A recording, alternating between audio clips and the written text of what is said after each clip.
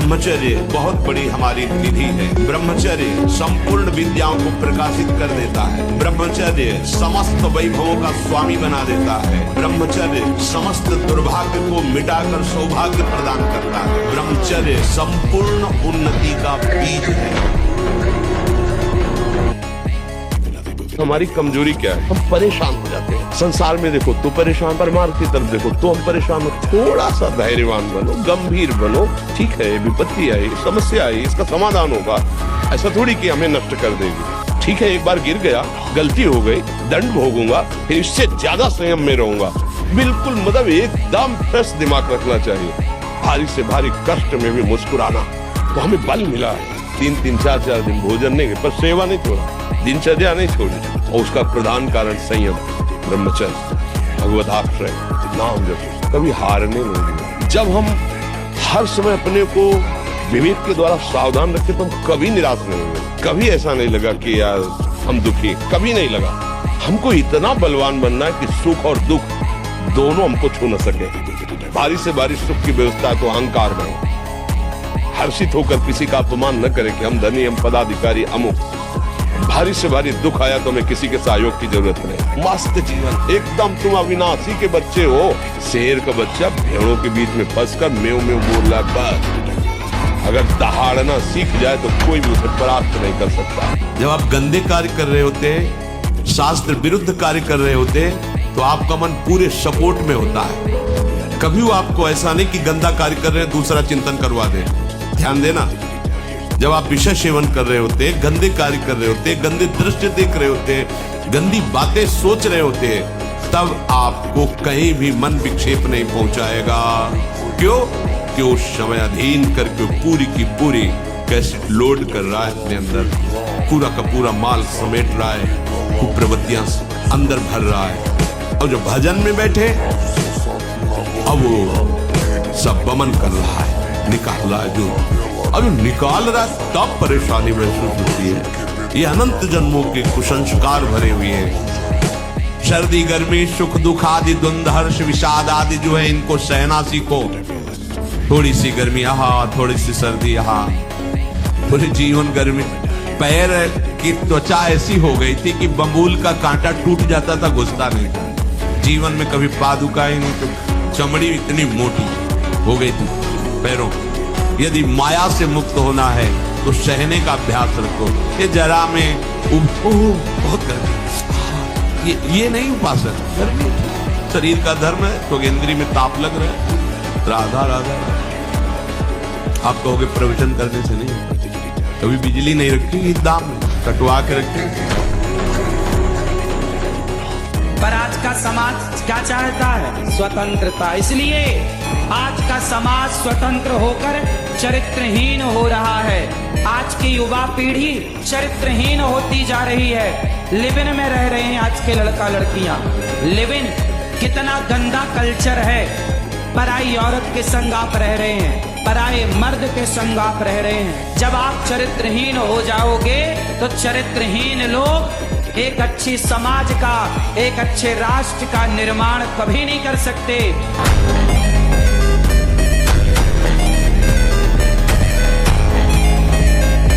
कहीं भी विजय प्राप्त करने के लिए पहले हमको क्षमता लानी पड़ेगी।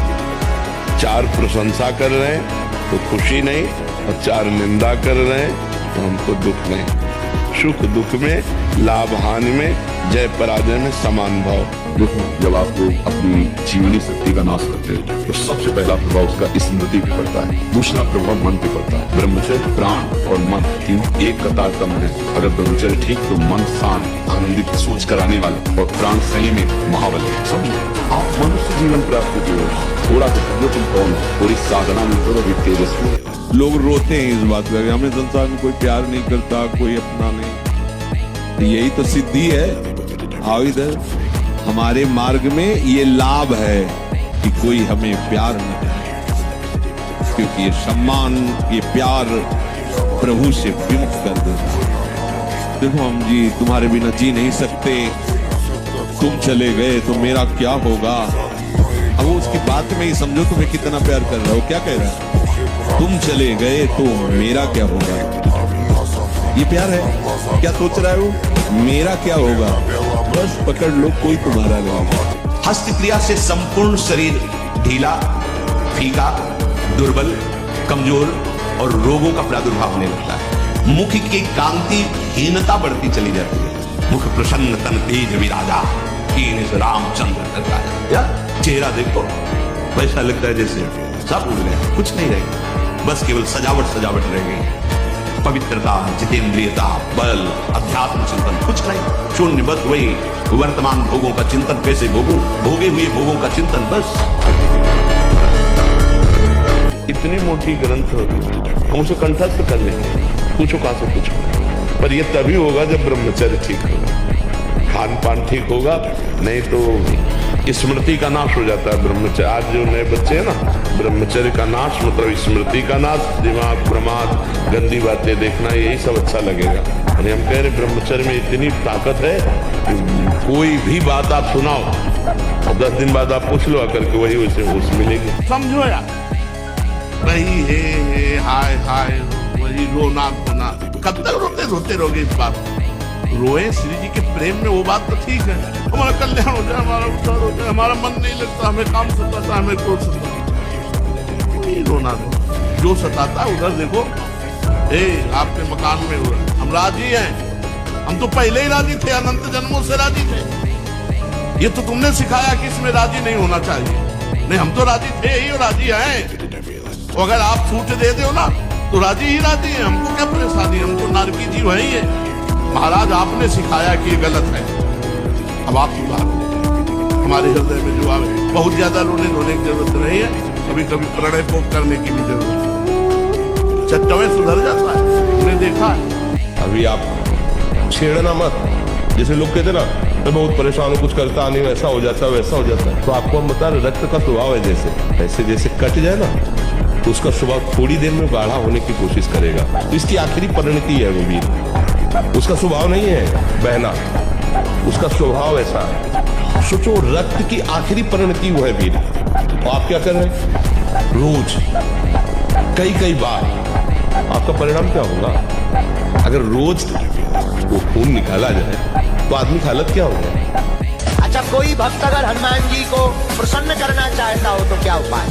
हनुमान चालीसा का पाठ करो। कितना? 100 पाठ। कितने दिन का? 40 दिन का। ब्रह्मचर्य का पालन करके अपने हाथों से भोजन बनाते हुए और अपने हाथों से राम जी को प्रसाद लगाकर पाते हुए, बिना बाल और नख काटे हुए जो 40 दिन तक 100 पाठ हनुमान चालीसा के करता है, उसे अवश्य हनुमान जी की सिद्धि मिलती है अथवा ब्राह्मण रूप में हनुमान जी के दर्शन प्राप्त हो जाते हैं। एक जब देता है, जब कोई जाता है तो बधाई में कुछ देता है, कुछ पाता है। आप अपना जीवन दे दो, वैसे दिए हो, नारकी विषयों में दिए हो, एक बार ये जीवन हरिवंश चंद्र जी को दे दो तो बधाई में प्रियालाल मिल जाए। श्री श्यामा से पक्का विश्वास कर लो, केवल प्रवचन नहीं, प्रवचन अगर ना मिला होता तो माइक से कहते कि तकलीफी बड़ी बातें हैं, कहीं कुछ नहीं, तुम्हें सच्ची कहते, बहुत उद्दंड स्वभाव है। अगर ना मिला होता तो कह देते तकलीफी बड़ी बातें हैं, लेकिन आपको सच्ची कहते हैं, जो जीवन के साधना से नहीं मिला वो गुरु चरण आश्रय से मिला। आग बुझाने की चेष्टा मत करना। इसमें अगर आपने थोड़ी भी बैलेंस बनाने की कोशिश की तो मार्ग छूट जाएगा। इस आग से ही निकलना है, पक्का तय करो। आग को बुझा करके निकलना है, कभी नहीं, निकल ही नहीं सकते। और जब आप इस आग में कूदोगे तो ये आग जलाएगी नहीं, चंदन हो जाएगी।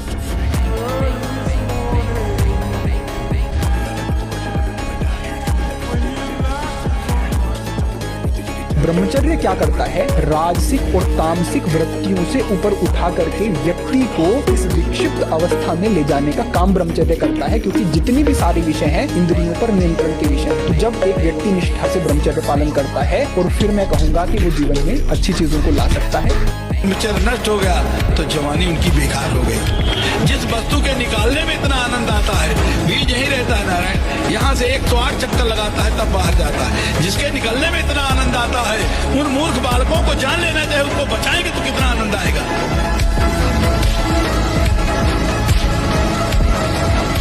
जब तूने सत्संग के द्वारा ये समझ लिया है कि जो अष्टधा प्रकृति के द्वारा रचा हुआ माया जाल है, यही तेरे दुख का कारण है कि जो शरीर में मेरा शरीर, मेरा मन, यही तुम्हारी दुर्गति का कारण है।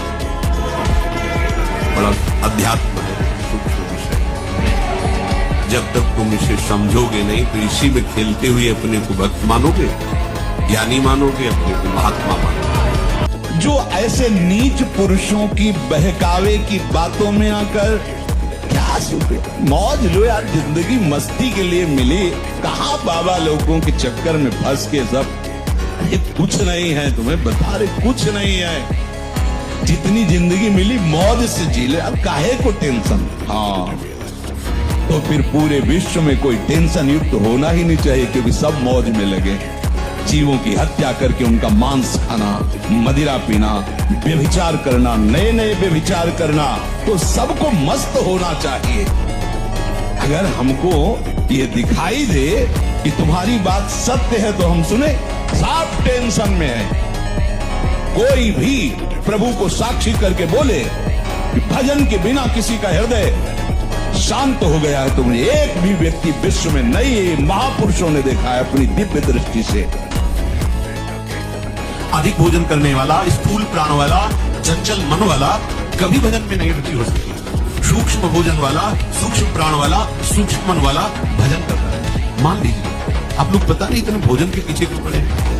आपके पेट में कब 2 दिन उपवास रहे, नहीं पढ़ना, नहीं जब है पानी अपने आप हो जाएगा। नहीं, भोजन तीनों टाइम डालना है।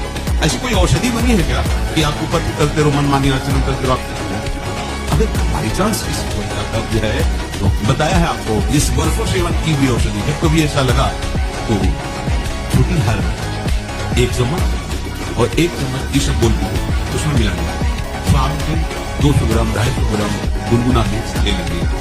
ये ऐसी है कि आपको बार बार परेशान नहीं करेगी, पर ये धीरे से आपके कब्ज को क्रम को नष्ट कर देगा। जो अंदर बना हुआ कब्ज है वो आप धीरे धीरे कई दिनों तक बराबर लेते रहिए। पकवान, गरिष्ठ पदार्थ ये उपासक के लिए वैसे ही अनुकूल नहीं है। काफी दिनों तक ब्रह्मचर्य रह करके संयम से फिर गर्भाधान हुआ और फिर ब्रह्मचर्य से, तो उनकी संतानें बड़ी प्रज्ञावान, बड़ी विवेकवान थी। ये जो गरुड़ जी का जन्म हुआ ना, तो 10,000 वर्ष तक ब्रह्मचर्य रहते कश्यप थे। उस समय तो मतलब लाखों वर्ष की जीवनाई होती थी। 10,000 वर्ष तक ब्रह्मचर्य रह करके, और जब विनता जी के गर्भ में, तो फिर उनसे भगवान गरुड़ जी का प्राप्त महाबली, और छोटे बड़े पुत्र अरुण जी वो सूर्य भगवान के सारथी बने। कई हमने ऐसे ब्रह्मचर्य रहकर नाम जप करते हुए धर्म से चले और फिर संतान को उससे फिर, अब पशुवत आचरण तो कहीं आदेश नहीं किया गया है। तो कठिन जीवन जीता वही महापुरुष बनता है। दूसरे जीवों का मांस खा रहे, शराब पी रहे, ये जीवन अच्छा जीवन है। पर स्त्रियों से व्यभिचार कर रहे हैं, अपने बच्चों से व्यभिचार कर रहे हैं, अच्छा जीवन है। पिता के पास पुत्री सुरक्षित नहीं है, माता पिता पुत्र परिवार के संबंधों में अविश्वास पैदा हो रहा है, हर जगह आतंक छा रहा है दिमागों में, ये अच्छा जीवन है। बिना अध्यात्म से जुड़े, बिना भगवान की शरण में गए, बिना भगवान का नाम जप करे बुद्धि पवित्र होती है क्या? ये आज यही पवित्रता हो रही है। यदि नाम जप करोगे तो ये बात नहीं आएगी कि हम जीत नहीं पा रहे हैं। नाम जप करो, अच्छे से नाम जप करो, भगवान से प्रार्थना करो, मोबाइल से गंदी बातें मत देखो, गंदे बच्चों का संग मत करो, गंदा आहार मत पाओ, सब संयम में आ जाओगे। ये भ्रम है कि हम पहले भोग लेते हैं फिर वैराग्य जाते, ये भ्रम है। जितना भोगोगे उतने ही कमजोर होते जाओगे, तुम्हारी आध्यात्मिक शक्ति क्षीण होती जाएगी और तुम्हारा संकल्प बनता जाएगा भोगों का। फिर निकल पाना केवल गुरु हरि कृपा के ही, अन्य कोई नहीं निकल पाता, आज तक नहीं निकल पाए, यही दलदल है।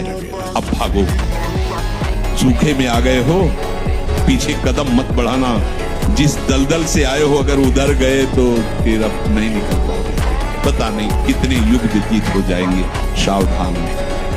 पराई माता बहन का अवसर भी आवे तो भी ये बस ये कि आप हम प्राण त्याग सकते हैं, लेकिन हम गलत आचरण नहीं कर सकते हैं। आप सच्ची मानिए, यदि आप मैथुन करेंगे नई अवस्था में तो ब्याह होने के बाद आप गृहस्थी लायक नहीं होंगे, संतान उत्पन्न करने लायक नहीं रहेंगे, आपकी क्षमता नहीं रहेगी।